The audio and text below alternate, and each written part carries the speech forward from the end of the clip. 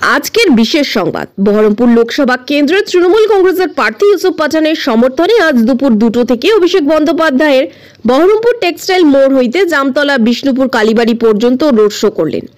মুর্শিদাবাদ লোকসভা কেন্দ্রের ভোট দান শেষ হইতে বহরমপুর কেন্দ্রে রোড শো তৃণমূল কর্মী সমর্থকদের নির্বাচনী সভা যেন ঐতিহাসিক রূপ নিল।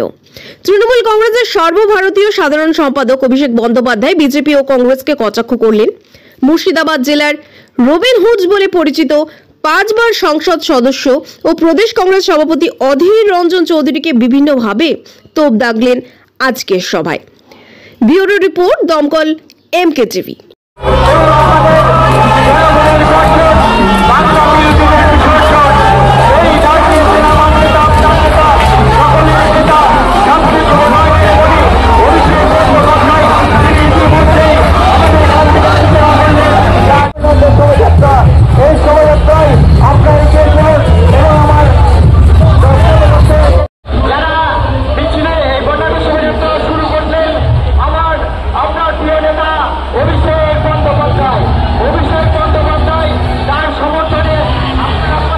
চতুর্থ দফায় ভোট, বহরমপুর লোকসভা আসনের ভোট।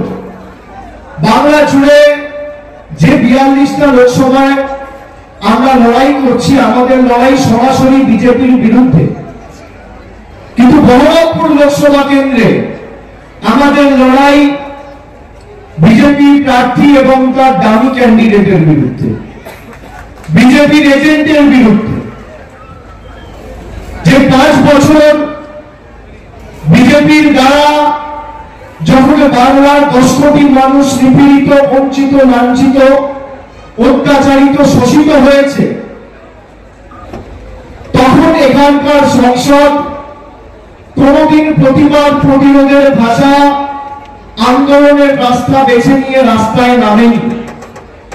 কেন্দ্রীয় সরকার যখন গরিব মানুষকে, বিশেষ করে বাংলার মানুষকে ভাতে মারতে চেয়েছে, 100 দিনের টাকা বন্ধ করেছে, আবাসের টাকা বন্ধ করেছে, রাস্তার টাকা বন্ধ করেছে, কংগ্রেসের সাংসদ কোনদিন রাস্তায় নেমে একটা প্রতিবাদ, একটা আন্দোলনে পায়ে পা মেলায়নি।